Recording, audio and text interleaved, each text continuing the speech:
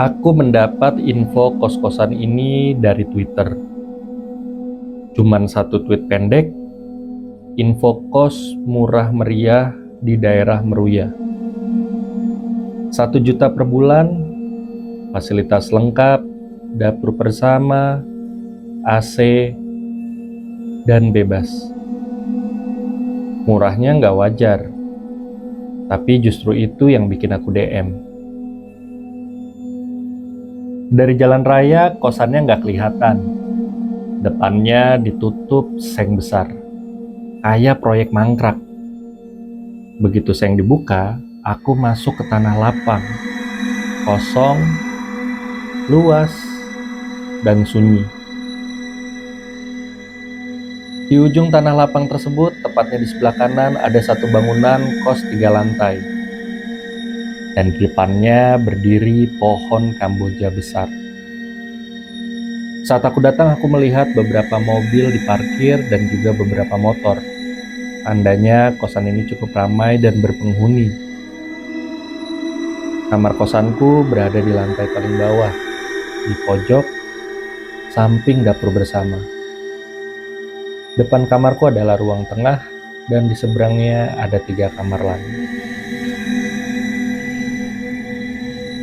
Pintu kamarku terbuat dari kaca, dibagi tralis kotak besi, yang artinya kalau lampu kamarku mati dan di luar menyala, aku bisa lihat apapun yang lewat depan kamarku. Sejak hari pertama, aku ngerasa ada yang gak beres dengan kosan ini. Saat aku mau buat kopi, lampu dapur bersama yang berada di samping kamarku cukup susah dinyalakan karena saklarnya longgar. Tapi sekalinya menyala, terangnya terasa redup, udaranya lembab, dan sukses membuat bulu kuduk merinding. Dan malam hari, kosan ini suasananya sunyi total. Bukan sunyi yang nyaman, tapi sunyi yang bikin dada sesak. Penghuni sebelah kamarku sering pulang sekitar jam 10 malam ke atas. Kadang aku mendengar suara kunci kamar dibuka, kadang suara mandinya yang berisik pun aku bisa mendengarnya. Hal itu bikin aku merasa aman. Setidaknya aku nggak ngerasa sendirian. Di hari berikutnya, pada suatu sore aku naik ke lantai 2 untuk menjemur pakaian. Di pojok lorong ada bangkai kucing, kecil, kaku, dan matanya terbuka. Kupikir bangkai itu cuma ada sementara, tapi besoknya masih ada. Besoknya lagi ketika kupastikan masih ada. Bangkainya mulai mengering, baunya aneh, bukan bau busuk menyengat, tapi bau anyir yang lembab. Dan yang bikin aku heran, gak ada satupun penghuni yang peduli. Hanya aku. Hari keempat, aku coba memastikannya lagi. Aku naik ke lantai 2 lagi. Saat itu aku melihat seorang wanita berambut panjang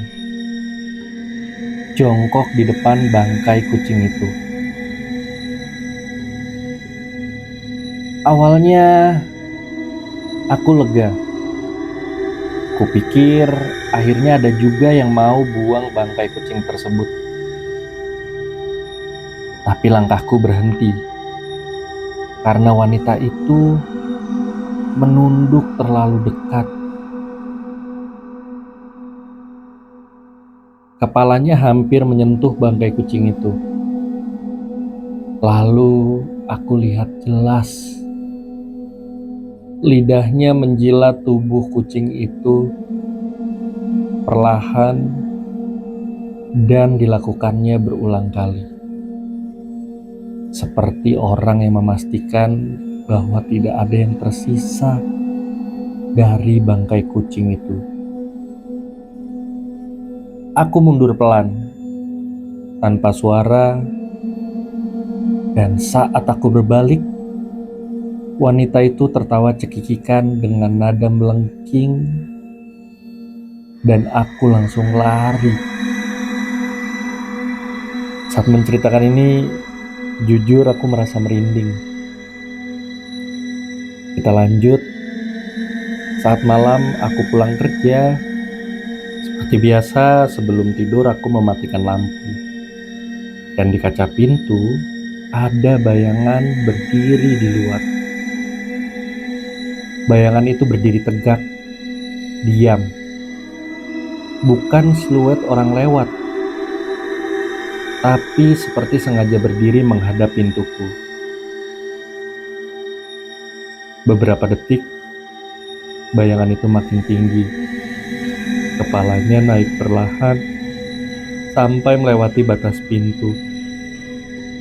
Perlahan aku mundur ke kasur. Dan saat itulah aku mendengar suara gesekan basah dari arah sebelah kamarku, yaitu dari arah dapur. Seperti sesuatu yang diseret di lantai. Aku menatap pintu kaca itu terus, tanpa suara, tapi bayangan di luar tidak juga pergi.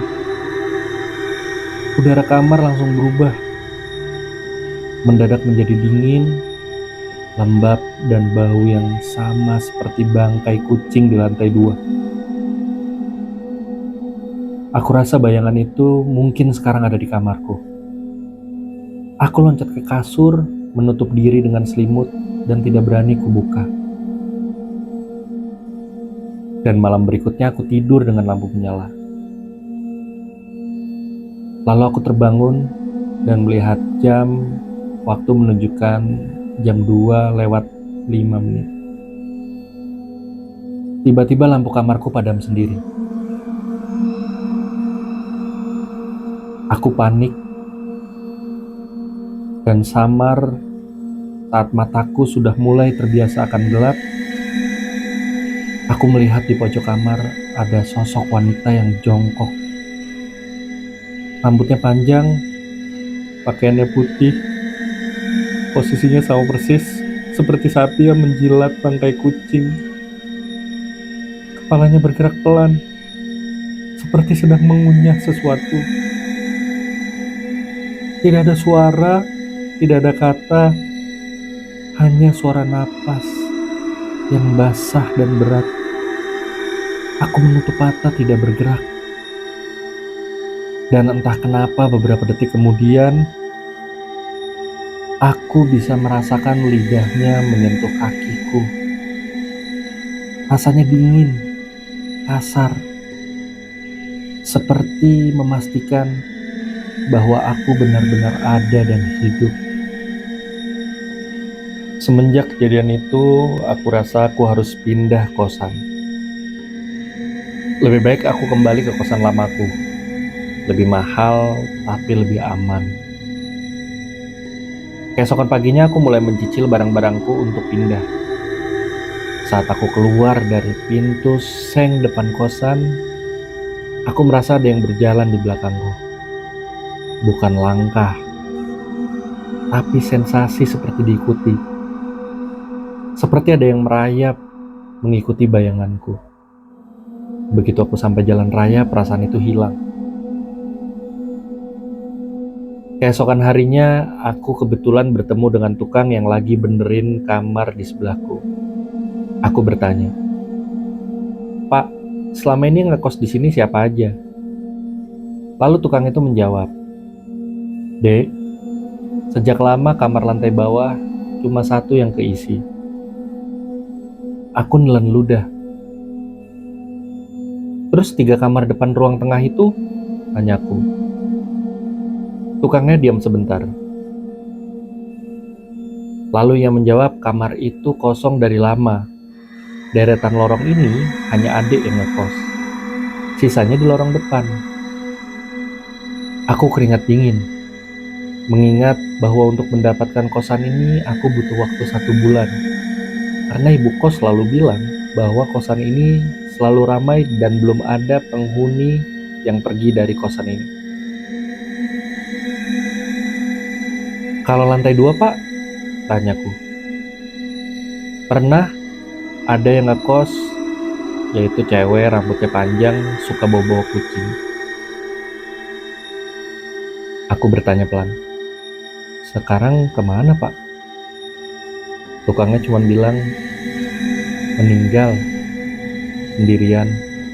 Kucingnya nggak pernah ketemu bangkainya." Sampai sekarang aku nggak pernah berani tidur dengan pintu kamar menghadap pojok gelap. Karena aku tahu sesuatu itu nggak perlu bicara kalau dia lapar.